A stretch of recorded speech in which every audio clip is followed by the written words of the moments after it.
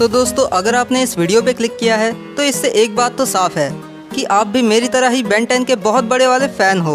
और हो भी क्यों ना, बेन 10 चीज़ ही ऐसी है कि अगर कोई एक बार देख ले तो उसका फ़ैन हो जाए।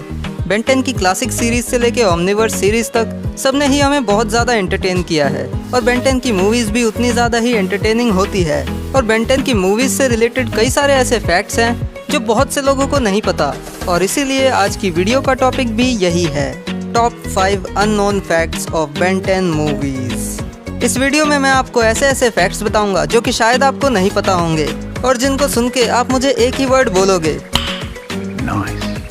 फैक्ट नंबर 1, अभी रिसेंटली आई बेन 10 रिबूट की तीनों मूवीज यानी कि बेन 10,010, बेन 10 एलियन एक्सटिंक्शन और बेन 10 में शुरुआत में मूवी का इंट्रो दिखाया जाता है, जिसमें हमें वो कैरेक्टर्स भी दिखाए जाते हैं जो मूवी के अंदर हैं। जैसे कि बेन 10,010 मूवी के इंट्रो में हमें ये सारे विलन्स दिखाए जाते हैं जो कि मूवी के अंदर एक पॉजिटिव रोल में दिखाए गए हैं, और बेन 10 एलियन एक्सटिंक्शन मूवी के इंट्रो में हमें अल्टरनेट बेन्स दिखाए जाते हैं। लेकिन बेन 10 मूवी के इंट्रो में हमें बेन, ग्वेन और ग्रैंडपा के अलावा मूवी का कोई और कैरेक्टर नहीं दिखा।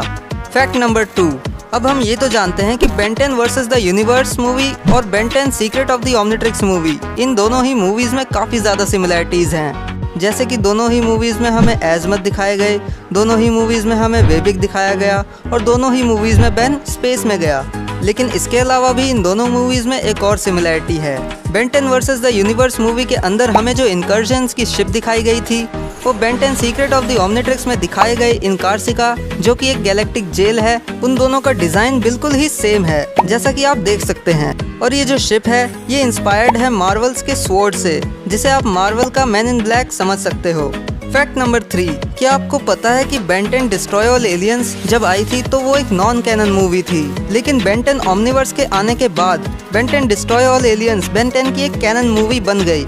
अब जिसको नॉन कैनन का मतलब नहीं पता तो उनको मैं बता दूं कि नॉन कैनन का मतलब होता है कि उस मूवी का मेन स्टोरी लाइन से कोई भी कनेक्शन नहीं होगा, क्योंकि बेन 10 एलियन फोर्स में हमें बताया गया था कि बेन ने 5 साल पहले ही ओमनिट्रिक्स को पहनना छोड़ दिया था। लेकिन बेन 10 ओमनीवर्स के फ्लैशबैक एपिसोड्स में हमें बताया गया है कि बेन ने 11 साल की उम्र में फीडबैक को खोने की वजह से ओमनिट्रिक्स पहनना छोड़ दिया था। फैक्ट नंबर 4, बेन 10,010 एक बहुत ही अच्छी मूवी थी, जिसकी स्टोरी लाइन तो अच्छी थी ही, साथ ही साथ हमें बेन 10 के इसमें एक नए एलियन को इंट्रोड्यूस कराया गया था जो था सर्ज, जो कि शायद आप में से भी कई लोगों को पसंद आया होगा, क्योंकि बेन 10,010 मूवी में वो एक इम्पोर्टेंट रोल प्ले करता है। लेकिन अगर गौर से सोचे तो बेन 10,010 मूवी के इवेंट्स के बाद इस एलियन का कोई भी यूज़ नहीं है, मतलब ये पूरी तरह से अब यूजलेस है। उसी मूवी में हमें बताया गया था कि अकेला जर्ज कुछ नहीं कर सकता, लेकिन अगर वो अपने जैसे के साथ ही मिल जाए तो वो काफ़ी कुछ कर सकता है। तब तो चलो वहाँ पे बेन 10,010 का जर्ज और बेन 10 रिबूट वाले बेन का जर्ज था, इसलिए वो आपस में कंबाइन होकर पावरफुल हो गए थे। लेकिन अब क्या, अब तो बेन अकेला ही है ना, इसलिए देखा जाए तो अब जर्ज बिल्कुल ही यूजलेस है। हो सकता है कि हमें नई सीरीज़ में उसके कुछ और भी पावर्स दिखाए जाएं, लेकिन फ़िलहाल के लिए तो वो अभी तक यूजलेस एलियंस की लिस्ट में ही है।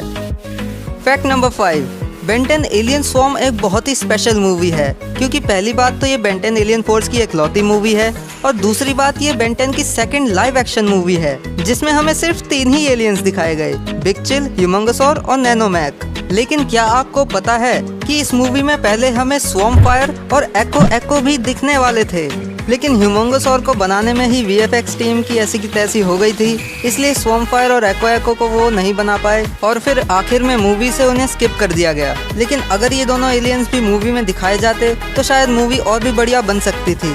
इस बारे में आपका क्या कहना है, नीचे कमेंट्स में बताना। और हाँ, इनमें से कितने फैक्ट्स आपको पहले से पता थे ये भी मुझे कमेंट्स में बताना। और इस वीडियो में कुछ